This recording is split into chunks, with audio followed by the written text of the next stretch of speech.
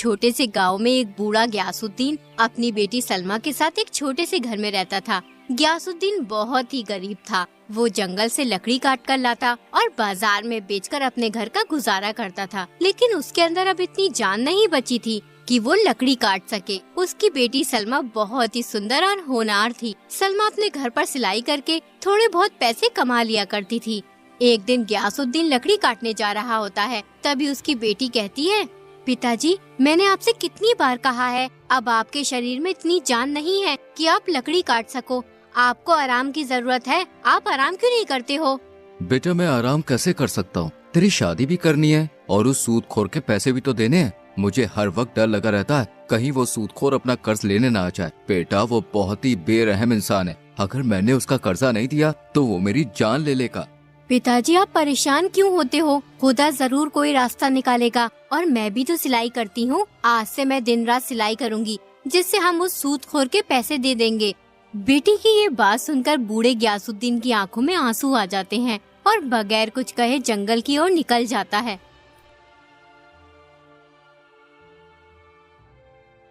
सलमा पिताजी की आंखों में आंसू देखकर बहुत परेशान होती है। शाम को जब गयासुद्दीन कटी हुई लकड़ी बाजार में बेचकर घर लौटता है तो उसकी बेटी उसे खाना देती है और उसके पास बैठकर बोलती है, पिताजी, तुम किसी से थोड़े बहुत दिन के लिए पैसे उधार लेकर उस सूदखोर का कर्ज क्यों नहीं दे देते? बेटा, बुरे वक्त में कोई यार दोस्त मदद नहीं करता, हर कोई मुंह मोड़ लेता है। और वैसे भी मेरे सारे दोस्त और सभी रिश्तेदार भी गरीब हैं। वो बेचारे खुद मुश्किल से अपना गुजारा कर पाते हैं। ऐसे में मेरी मदद भला वो कैसे करेंगे? मेरा कोई अमीर दोस्त भी नहीं है जो इस मौके पर मेरी मदद कर सके। लेकिन पिताजी, हमें कैसे भी करके उस सूदखोर के पैसों का इंतजाम करना होगा। वो परसों अपने पैसे लेने आएगा। अगर उसे पैसे नहीं मिले तो वो पता नहीं हमारे साथ क्या सुलूक करेगा। बूढ़ा गयासुद्दीन बेबस और मजबूर था। उसकी समझ में नहीं आ रहा था कि वो सूदखोर से अपना पीछा कैसे छुड़ाए। अगले दिन जब बूढ़ा गयासुद्दीन जंगल में लकड़ी काटने के लिए गया तो उसे जंगल में एक आदमी मिला। वो गयासुद्दीन के हाथ में कुल्हाड़ी देखकर बोला, तुम्हारी कुल्हाड़ी देखकर मालूम होता है कि तुम एक लकड़हारे हो और इस वक्त लकड़ी काटने जा रहे हो। हाँ बेटा, मैं एक लकड़हारा हूँ और इस वक्त मैं लकड़ी काटने ही जा रहा हूँ। क्या तुम्हें मुझसे कुछ मदद चाहिए? मदद तो कुछ नहीं चाहिए, लेकिन अब तुम्हें सजा से कोई बचा नहीं सकता। हो सकता है राजा तुम्हें सूली पर लटका दे, या हो सकता है कि उम्र भर के लिए जिंदान में डाल दे। ये तुम क्या कह रहे हो बेटा? मैंने तो ऐसा कोई काम नहीं किया जिसके लिए राजा मुझे ये सजा देगा। क्या तुम नहीं जानते, राजा ने पेड़ काटने पर रोक लगाई हुई है। अगर कोई भी पेड़ काटता हुआ पकड़ा गया तो राजा उसे सख्त से सख्त सजा देगा। अब तुम्हें मेरे साथ राजा के पास चलना होगा। बेटा, अगर मैं लकड़ी नहीं काटूंगा तो मेरे घर का गुजारा कैसे होगा? अगर तुम चाहते हो कि तुम्हारे घर का गुजारा चलता रहे और राजा तुम्हें सजा ना दे तो उसके लिए तुम्हें मुझे पैसे देने होंगे। मैं राजा को तुम्हारे बारे में कुछ भी नहीं बताऊंगा। अजनबी की बात सुनकर गयासुद्दीन की आंखों में आंसू आ जाते हैं। तुम रो क्यों रहे हो? रोने धोने से कोई काम नहीं चलेगा, पैसों से काम चलेगा। अगर तुम चाहते हो कि राजा तुम्हें सजा ना दे तो तुम्हें पैसे देने ही होंगे, वरना मैं तुम्हें राजा के पास ले जाऊंगा। बेटा, पैसे तो मेरे पास नहीं है। तुम चाहो तो मुझे राजा के पास लेके जा सकते हो। तुम्हें सजा से डर नहीं लगता जो चंद पैसों के लिए अपनी जान जोखिम में डाल रहे हो? बेटा, मेरी एक जवान बेटी है, मुझे उसकी शादी करनी है। उससे पहले मुझे सूदखोर के पैसे भी देने हैं, वरना वो मेरी जान ले लेगा। बूढ़ा गयासुद्दीन अपनी सारी बात इस अजनबी आदमी को बताता है। गयासुद्दीन की बात सुनकर वो कहता है, देखो, वैसे तो मैं किसी पर भी रहम नहीं करता हूँ, लेकिन तुम बूढ़े हो और तुम्हारी एक बेटी भी है जिसकी तुम्हें शादी करनी है। मैंने आज तक देखो कोई भी अच्छा काम नहीं किया है, लेकिन हाँ, आज जरूर करूँगा। क्या पता इस काम से ईश्वर मुझसे राजी हो जाए और मेरे पापों को क्षमा कर दे। तभी वो आदमी सोने के सिक्कों से भरी एक थैली निकालकर गयासुद्दीन को दे देता है। इस थैली में सोने के सिक्के हैं। इन सिक्कों से तुम सूदखोर का कर्ज दे देना और बचे हुए सिक्कों से अपनी बेटी की शादी कर देना। अब तुम यहाँ से जाओ। बूढ़ा गयासुद्दीन उस आदमी को दुआ देता है और खुशी खुशी अपने घर की ओर निकल जाता है। रास्ते में उसे चक्कर आने लगते हैं, इसलिए वो एक पेड़ के नीचे आराम करने के लिए बैठ जाता है। कुछ ही देर में उसे नींद आ जाती है। तभी एक चोर आता है और बूढ़े गयासुद्दीन की सोने के सिक्कों से भरी थैली चुराकर ले जाता है। थोड़ी दूर जाने के बाद जब वो चोर थैली खोलकर देखता है तो वो खुशी से नाचने लगता है और कहता है, अरे वाह, इतने सारे सोने के सिक्के, आज तो मेरी तकदीर खुल गई। अब मेरी बीवी बच्चों को भूखा नहीं रहना पड़ेगा। इन सिक्कों से तो मेरा सालों का गुजारा हो जाएगा। इतना कहकर चोर अपने घर की ओर निकल जाता है। उधर जब बूढ़े ग्यासुद्दीन की आँख खुलती है तो वो एकदम अपनी थैली देखता है, लेकिन उसे सोने के सिक्कों की थैली नहीं मिलती। ग्यासुद्दीन बहुत घबरा जाता है, उसके रोंगटे खड़े हो जाते हैं। वो अपने आप को कोसने लगता है। या खुदा, ये क्या हो गया? ना मैं सोता, ना वो सोने के सिक्कों की थैली चोरी होती। वर्षों बाद एक खुशी मिली थी, लेकिन वो भी छिन गई। अब मेरी बेटी की शादी कैसे होगी? मैं उस सूदखोर का कर्ज कहाँ से दूंगा? या खुदा, इस लाचार बेबस की मदद कर। बेचारा ग्यासुद्दीन गम में डूबा हुआ अपने घर की ओर निकल जाता है। उधर वो चोर अपनी बीवी से कहता है, तुम मुझे हर वक्त उल्टा सीधा कहा करती थी ना कि मैं कुछ करता धरता नहीं हूँ। ये देखो, सोने के सिक्कों से भरी हुई थैली। इन सिक्कों से हमारा कम से कम 2 साल का गुजारा हो जाएगा। अब मुझे कुछ भी करने की जरूरत नहीं है। तुम इतने सारे सोने के सिक्के कहाँ से लाए हो? तुम्हारी ये सवाल करने की आदत कब जाएगी? मैं ये सोने के सिक्के कहाँ से लाया हूँ, तुम्हें इस बात से क्या मतलब है? मतलब है, क्योंकि मैं जानना चाहती हूँ, कहीं तुम ये सोने के सिक्के चुरा कर तो नहीं लाए? हाँ, मैं चुरा कर लाया हूँ। एक बूढ़ा आदमी पेड़ के नीचे सो रहा था, उसी की जेब से मैं ये सोने के सिक्कों की थैली निकाल कर लाया हूँ। अब तुम चोरी भी करने लगे? तुम्हें सोने के सिक्कों की थैली चुराते हुए डर नहीं लगा? क्या तुम दूसरों को दुखी करके खुश रहना चाहते हो? वो बेचारा बूढ़ा गरीब आदमी किस हाल में होगा? पता नहीं उसने ये सिक्के किस काम के लिए रखे होंगे और तुम उन्हें चुरा कर ले आए। अरे वो गरीब नहीं है, वो एक मालदार आदमी है। तुम्हें कैसे पता वो मालदार आदमी है? तुम जानते हो उसे? मैं उसे जानता तो नहीं हूँ, लेकिन वो गरीब नहीं है, क्योंकि कोई भी गरीब आदमी कभी इतने सारे सोने के सिक्के लेकर यूँ बेफिक्र नहीं सोता पेड़ के नीचे। हमें इस बात से कोई मतलब नहीं है कि वो मालदार है या गरीब। तुम्हें उसके ये सोने के सिक्के लौटाने होंगे। तुम ये कैसी बेवकूफों जैसी बात कर रही हो? मैं उस बूढ़े आदमी को कहाँ जाके तलाश करूँगा? तुम्हें उसे तलाश करना ही होगा। मुझे भूखा मरना पसंद है, लेकिन मैं इन चोरी के सिक्कों से अपना घर का गुजारा नहीं कर सकती। तुम्हें मेहनत मजदूरी करके अपने बीवी बच्चों का पेट भरना चाहिए, ना कि चोरी करके। ठीक है, मैं उस बूढ़े आदमी के सिक्के वापस करके आऊँगा। चोर बूढ़े आदमी के सोने के सिक्के वापस करने के लिए उसकी तलाश में निकल जाता है।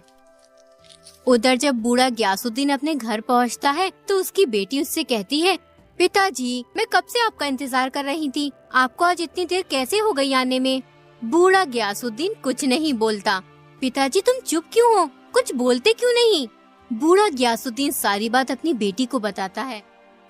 उतने में ही सूदखोर अनवर अपने पैसे लेने आ जाता है। सूदखोर को देखकर ग्यासुद्दीन घबरा जाता है।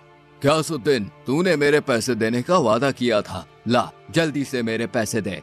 मैंने आपके पैसों का इंतजाम कर लिया था, लेकिन किसी ने मेरे सोने के सिक्कों की थैली को चुरा लिया। तो मुझे बेवकूफ समझता है क्या कि तू मुझे ये झूठी कहानी सुनाएगा और मैं तुझसे पैसे नहीं मांगूंगा? अरे तेरे जैसे मुझे रोज 50 आदमी मिलते हैं झूठ बोलने वाले। मेरा समय बर्बाद मत कर, चल जल्दी से पैसे दे। मैं झूठ नहीं बोल रहा हूँ, मेरी बात का यकीन करो, किसी ने मेरे सोने के सिक्कों की थैली चुरा ली। अच्छा, तो तेरे पास वो सोने के सिक्कों की थैली कहाँ से आई थी? जरा मुझे भी तो पता चले। आखिर तू बुढ़ापे में करता क्या है? ग्यासुद्दीन चुप रहता है। वो इस बात का कोई जवाब नहीं देता। आप चुप क्यों है? बताता क्यों नहीं कि तेरे पास वो सोने के सिक्के कहाँ से आए थे? तुझे बुढ़ापे में झूठ बोलते हुए शर्म नहीं आती? तू मेरे पैसे ऐसे नहीं देगा, तू मेरे साथ राजा के पास चल। सूदखोर ग्यासुद्दीन और उसकी बेटी को राजा के पास ले जाने लगता है। रास्ते में जब गांव वाले सूदखोर को देखते हैं तो वो कहते हैं, अरे देखो, ये सूदखोर बेचारे बूढ़े ग्यासुद्दीन और उसकी बेटी को राजा के पास ले जा रहा है। सत्यानाश हो इस मरदूद का, बेचारे बूढ़े आदमी को राजा के पास ले जा रहा है। पता नहीं राजा बूढ़े को क्या सजा देगा। खुदा इसे गारत करे, मुझे भी 10 दिन बाद इसका कर्ज चुकाना है। दुनिया मर रही है, मगर ना जाने इसको मौत क्यों नहीं आती। कभी बीमार भी नहीं होता, गरीबों पे जुल्म कर करके सांड हो रहा है।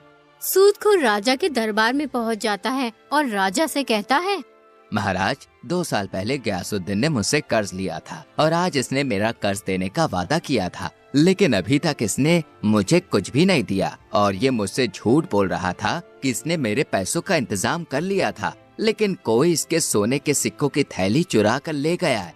तुम ऐसे आदमी को कर्ज देते ही क्यों हो जो उसे चुका ना सके? लेकिन महाराज, ये मेरे सामने आकर रो रहा था, मुझे इस पर तरस आ गया, इसलिए मैंने इसे कर्ज दे दिया, वरना मैं ऐसे लोगों को कभी भी कर्ज नहीं देता हूँ जो कर्ज लौटा ना सके।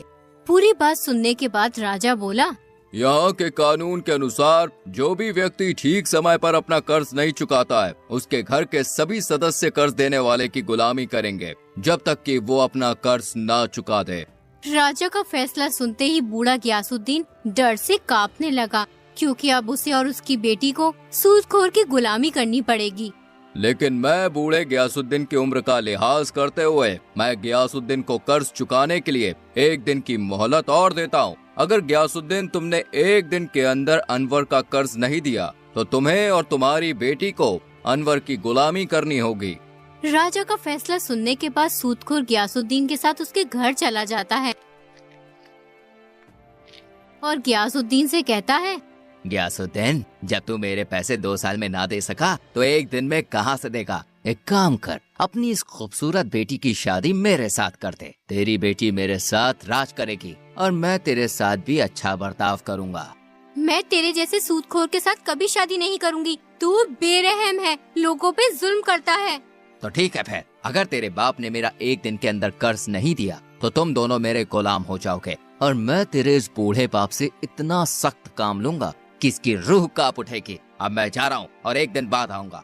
ये कहकर सूदखोर चला जाता है। फिर सलमा गयासुद्दीन से कहती है, पिताजी, 1 दिन के बाद हम इस मनहूस का कर्ज कहाँ से देंगे? अगर हमने इसका कर्ज नहीं दिया तो ये हमारे साथ बहुत जुल्म करेगा। पिताजी, मैं तुम्हारे ऊपर जुल्म होते हुए नहीं देख सकती। इस जालिम ने बहुत से लोगों को परेशान किया है। इसने किसी का घर छीन लिया तो किसी की जमीन छीन ली है। पिताजी, अगर आपकी इजाजत हो तो मैं इस मनहूस सूदखोर से शादी कर लेती हूँ, वरना ये तुम्हारे साथ बहुत बुरा सलूक करेगा।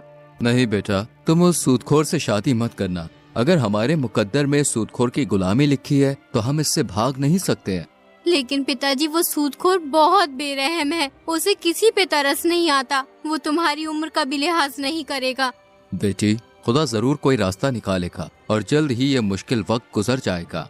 इतना कहकर बूढ़ा गयासुद्दीन जंगल की ओर निकल जाता है और उसी पेड़ के नीचे जाकर बैठ जाता है जहाँ से उसके सोने के सिक्के की थैली चोरी हुई थी। वो देर तक टकटकी बांधे आसमान की तरफ देखता रहता है और ना जाने क्या क्या सोच रहा होता है। उसको कुछ समझ नहीं आ रहा कि वो अब करे तो क्या करे। उतने में ही वो चोर बूढ़े गयासुद्दीन की तलाश करते हुए वहाँ आ जाता है। बूढ़े गयासुद्दीन को पेड़ के नीचे देखकर बहुत खुश होता है। फिर वो गयासुद्दीन से कहता है, बुजुर्गवार, तुम्हारी हालत देखकर मालूम होता है तुम किसी बड़ी मुसीबत में हो। तुम मुझे अपनी परेशानी बता सकते हो। मुझसे जो हो सकेगा मैं तुम्हारी मदद करूँगा। बूढ़ा गयासुद्दीन चोर के गंदे और फटे हुए कपड़े देखकर बोला, बेटा, तुम्हारे कपड़ों पर लगे पैबंद तुम्हारी कहानी खुद कह रहा है। इन्हें देखकर मैं कैसे विश्वास करूं कि तुम इस बुरे वक्त में मेरी मदद करोगे? सुनो, तुम मेरे कपड़ों पर लगे पैबंद को देखकर मेरी हालत पर मत जाओ। आप एक बार अपनी परेशानी मुझे बताइए। मैं पूरी कोशिश करूंगा कि तुम्हारे गमों को दूर कर सकूं। बेटा, 2 साल पहले मैंने एक सूदखोर से कर्ज लिया था, लेकिन मैं अभी तक उसका कर्ज नहीं दे पाया। अगर मैंने कल तक उसका कर्ज नहीं दिया तो मुझे और मेरी बेटी को उसकी गुलामी करनी पड़ेगी। एक नेक दिल इंसान ने मुझे कुछ सोने के सिक्के दिए थे। मैंने सोचा कि इन सिक्कों से अपनी बेटी की शादी कर दूंगा और उस सूदखोर का कर्ज दे दूंगा, लेकिन किसी ने वो सोने के सिक्के चुरा लिए। चोर सोने के सिक्कों की थैली बूढ़े गयासुद्दीन के सामने रखकर कहता है, क्या ये तो नहीं तुम्हारे सोने के सिक्कों की थैली? सोने के सिक्कों की थैली देखकर बूढ़ा गयासुद्दीन खुशी से चिल्लाने लगता है, तुम्हारे पास ही सोने के सिक्कों की थैली कहाँ से आई? इसे तो कोई चुरा के ले गया था। दरअसल मैं एक गरीब आदमी हूँ। मेरे घर में खाने के लिए कुछ भी नहीं था। मेरे बीवी बच्चे भूखे थे, इसलिए मैं कोई काम देखने निकला था, लेकिन मुझे किसी ने काम नहीं दिया। आप मुझे इस पेड़ के नीचे सोते हुए दिखाई दिए। मैंने आपकी ये सोने के सिक्कों की थैली चुरा ली जिससे मेरे घर का गुजारा हो सके, मेरे बीवी बच्चों को भूखा ना रहना पड़े। लेकिन मेरी पत्नी ने मुझसे कहा कि मुझे भूखा मरना पसंद है, लेकिन चोरी के सिक्कों से अपने घर का गुजारा नहीं कर सकती। इसीलिए मैं आपके ये सिक्के वापस देने आया हूँ। हो सके तो मुझे माफ कर देना, मेरी वजह से तुम्हें इतनी तकलीफों का सामना करना पड़ा। कोई बात नहीं बेटा, तुमने मुझे ये सिक्के लौटा दिए, इसलिए मैंने तुम्हें माफ किया। अब मैं इन सिक्कों से उस सूदखोर का कर्ज दे दूंगा और बचे हुए सिक्कों से अपनी बेटी की शादी करूंगा। बेटा अब मुझे चलना चाहिए, मुझे जल्दी से जल्दी उस सूदखोर का कर्ज देना। अब बूढ़ा गयासुद्दीन अपने घर चला जाता है और अपनी बेटी को सोने के सिक्कों की थैली दिखाते हुए कहता है, ये देखो बेटा, ये वही सोने के सिक्कों की थैली है जो खो गई थी। अब हमें उस सूदखोर की गुलामी नहीं करनी पड़ेगी। लेकिन पिताजी, तुम्हें ये थैली मिली कहाँ पे? बेटा जो चुरा कर ले गया था वो ही वापस देकर गया है। उसकी पत्नी बहुत नेक औरत है। मैंने तुमसे कहा था ना कि खुदा हमारी मदद जरूर करेगा।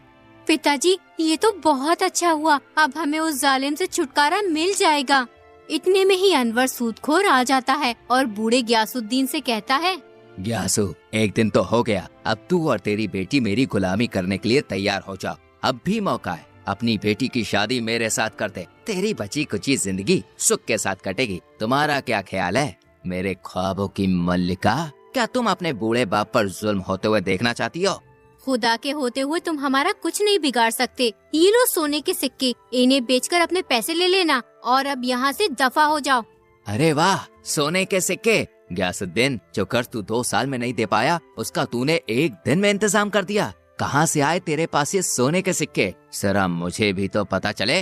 तुम्हें इस बात से क्या मतलब? तुम्हें तुम्हारा कर्ज मिल गया, अब तुम यहाँ से जा सकते हो।